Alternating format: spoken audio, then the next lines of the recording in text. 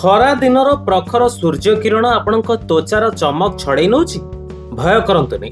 ଆଜି ମୁଁ ଆପଣଙ୍କୁ କହିବି କିପରି ଏହି ଖରା ଦିନେ ମଧ୍ୟ ଆପଣ ନିଜ ସ୍କିନ୍କୁ ହାଇଡ୍ରେଟ୍ ଏବଂ ଉଜ୍ଜଳ ରଖିପାରିବେ। ଆସନ୍ତୁ ଜାଣିବା ସେହି ସହଜ ଓ ପ୍ରାକୃତିକ ଉପାୟ ଯାହା ଆପଣଙ୍କୁ ଦେବ ଏକ ସୁସ୍ଥ ଓ ସୁନ୍ଦର ତ୍ୱଚା। ଖରାଦିନ ଆସିଲେ ଆମ ମନରେ ଏକ ଅଜଣା ଭୟ ସୃଷ୍ଟି ହୁଏ। ପ୍ରଖର ସୂର୍ଯ୍ୟ କିରଣ, ଝାଳ ଏବଂ ଧୂଳି ଆମ ତ୍ୱଚାର ସ୍ୱାଭାବିକ ଚମକକୁ ମଳିନ କରିଦିଏ। କିନ୍ତୁ କ'ଣ ଆମେ ଏହି ଖରାକୁ ଭୟ କରି ଘରେ ଲୁଚି ରହିବା? ନା, ଆମେ ନିଜକୁ ପ୍ରସ୍ତୁତ କରିବା। ଏହି ଖରା ଦିନ ଆମର ଶତ୍ରୁ ନୁହେଁ, ବରଂ ଏହା ଆମକୁ ଶିଖାଏ କିପରି ନିଜର ଅଧିକ ଯତ୍ନ ନେବାକୁ ହୁଏ। ଆସନ୍ତୁ ଆଜି ଏକ ଯାତ୍ରା ଆରମ୍ଭ କରିବା ଏକ ସୁସ୍ଥ ଏବଂ ଉଜ୍ଜଳ ତ୍ୱଚା ଆଡ଼କୁ।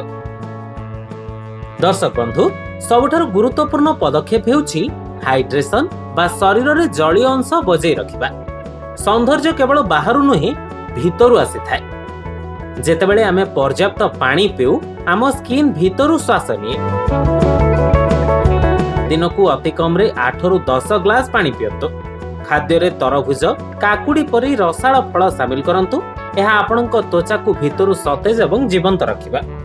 ଦିନ ସାରା ବାହାରେ ବୁଲିବା ପରେ ଆମ ତ୍ୱଚାରେ ଧୂଳି, ମଇଳା ଏବଂ ଝାଳ ଜମିଯାଏ। ତେଣୁ ଦ୍ୱିତୀୟ ସୋପାନ ହେଉଛି ଠିକ୍ ଭାବରେ ସଫା କରିବା ଅର୍ଥାତ୍ କ୍ଲିନଜିଂ। ଦିନକୁ 2 ଥର ଏକ ଭଲ ଏବଂ ମାଇଲ୍ଡ ଫେସ୍ ୱାଶ ବ୍ୟବହାର କରି ମୁହଁ ସଫା କରନ୍ତୁ। ଏହା ଦ୍ୱାରା ତ୍ୱଚାର ରୋମ କୂପଗୁଡ଼ିକ ଖୋଲିଯାଏ ଏବଂ ଆପଣଙ୍କ ତ୍ୱଚା ମୁକ୍ତ ଭାବରେ ଶ୍ୱାସ ନେଇପାରେ। ସତେ ଯେପରି ଦିନ ସାରାର କ୍ଳାନ୍ତି ପାଣିରେ ଧୋଇ ହୋଇଯାଏ। ବର୍ତ୍ତମାନ ଆସିବା ସବୁଠାରୁ ଜରୁରୀ ଅସ୍ତ୍ର ପାଖକୁ, ସନସ୍କ୍ରିନ୍। ଯେପରି ଯୁଦ୍ଧକୁ ଗଲାବେଳେ ଯୋଦ୍ଧା ଢାଲ ବ୍ୟବହାର କରେ, ସେହିପରି ଖରାରେ ବାହାରିବା ପୂର୍ବରୁ ସନସ୍କ୍ରିନ୍ ହେଉଛି ଆମର ପ୍ରାକୃତିକ ଢାଲ। ଖରାକୁ ଯିବାର 20 ମିନିଟ୍ ପୂର୍ବରୁ ଏକ ଭଲ SPF ଥିବା ସନସ୍କ୍ରିନ୍ ଲଗାଇବାକୁ କେବେ ହେଲେ ଭୁଲନ୍ତୁନି। ଏହା ଆପଣଙ୍କ ତ୍ୱଚାକୁ ସୂର୍ଯ୍ୟଙ୍କର କ୍ଷତିକାରକ ଅତିବାଇଗଣୀ ରଶ୍ମିରୁ ଅଦୃଶ୍ୟ ସୁରକ୍ଷା ପ୍ରଦାନ କରିଥାଏ। ଆମ ପ୍ରକୃତି ମା ପାଖରେ ସବୁ ସମସ୍ୟାର ସମାଧାନ ଅଛି। ଖରାଦିନେ ପ୍ରାକୃତିକ ଉପଚାର ବହୁତ ଲାଭଦାୟକ।